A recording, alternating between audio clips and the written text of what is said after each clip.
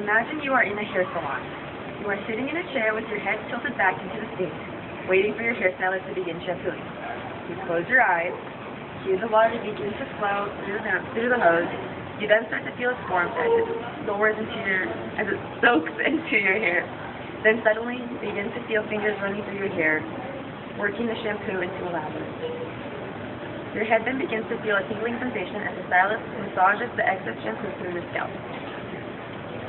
The sensation you experience is ASMR.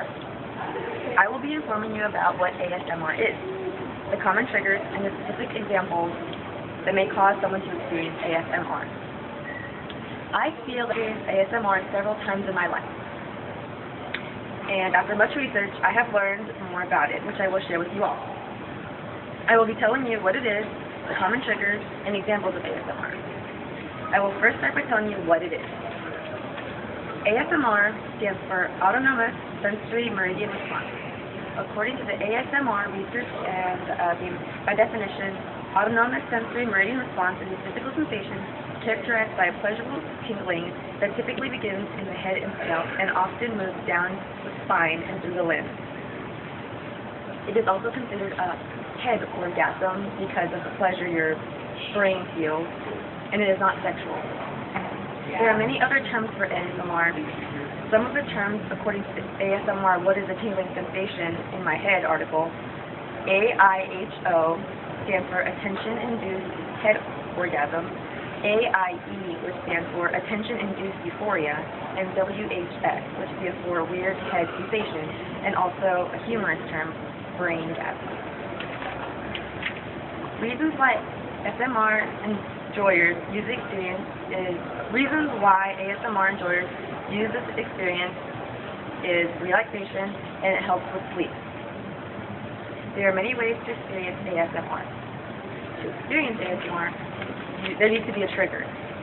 According to the ASMR research and support team, some triggers are listening to someone's speech patterns that are spoken slow, offensive, or unique in some way, touch on the head or back, and listening to lectures, listening to the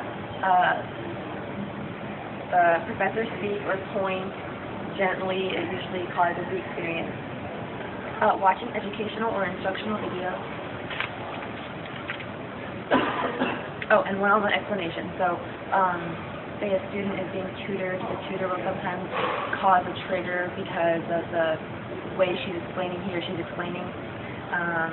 But what I like to do to experience ASMR is watch a YouTube video.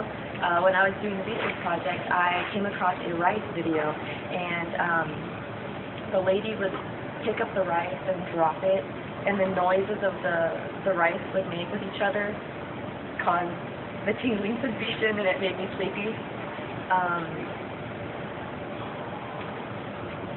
Endless examples of ASMR experiences include, in the beginning I talked about a haircut.